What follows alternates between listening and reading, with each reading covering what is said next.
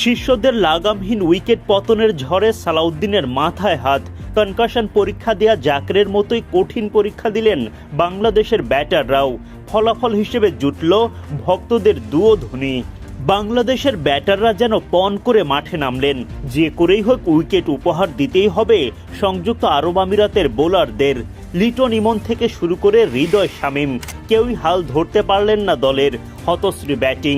আমিরাত নয়, দেখলে মনে হয় যেন ইংল্যান্ড কিংবা অস্ট্রেলিয়ার বোলারদের বিপক্ষে ব্যাটিং করলেন তারা। বুধবার সিরিজের অলিখিত ফাইনালে টস হেরে আগে ব্যাটিংয়ে নামে বাংলাদেশ। টাইগারদের একাদশে ৩ পরিবর্তন। নাজমুল শান্তর বদলি পারভেজ ইমন, তানভীর ও নাহিদ রানা বাদ। একাদশে ফেরেন হাসান মাহমুদ ও শেখ মেহেদী। টাইগারদের হয়ে ইনিংস শুরু করতে নামেন তানজিদ তামিম ও পারভেজ ইমন। সিরিজের প্রথম ম্যাচের সেঞ্চুরিয়ান পারভেজ ইমন এদিন হতাশ করেন দলকে। দলের মাত্র ১০ রানের সময় বিদায় নেন তিনি। ইমন গোল্ডেন ডাকের শিকার হয়ে মাঠ ছাড়েন। উইকেট এসে সুবিধা করতে পারেননি অধিনায়ক লিটন দাসও। হায়দার আলী বলে এলবিডব্লিউর শিকার হয়ে বিদায় ঘণ্টা বাজে লিটনের। ১০ বল খেলে ১ ছক্কা ও ১ চারে তিনি করেন ১৪ রান। লিটনের মতো একই পরিণতি তাওহিদ হৃদয়ের। তিনিও হায়দার আলীর বলে এলবিডব্লিউর শিকার হয়ে উইকেট হারান। রানের খাতায় খুলতে পারেননি হৃদয়।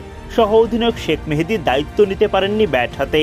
৯ বল খেলে মাত্র ২ রান করে হায়দারের ৩ নম্বর শিকারে পরিণত হন মেহেদী। দলীয় ৫০ পার করার আগেই ১ হালি উইকেট হারিয়ে বিপাকে পড়ে বাংলাদেশ। উইকেট হারানোর মেলায় এক প্রান্ত আগলে রেখে ব্যাটিং করতে থাকেন তানজিদ তামিম, কিন্তু তিনিও বেশিক্ষণ ভরসা দিতে পারেননি। আকিফ রাজার করার দুর্দান্ত ডেলিভারিতে বোল্ড তামিম। ১৮ বল খেলে ৪টি করে ছক্কা চারে ৪০ রানের ঝড়ো ইনিংস তামিমের। শামীম পাটোয়ারি উইকেটে এসেও দলের হাল ধরতে পারেননি। ১২ বল খেলে মাত্র ৯ রান করেন শামীম। রিশাদ হোসেন বিদায় নেন গোল্ডেন ডাক মেরে। ৭১ রানের মধ্যে ৭ উইকেট হারিয়ে ফেলে বাংলাদেশ। তানজিম সাকিব তেমন সঙ্গ দিতে পারেননি জাকের আলী অনিককে। শেষ দিকে অনিক খানিকটা চেষ্টা করলেও দিশেহারা বাংলাদেশ আর বড় পুঁজি পায়নি।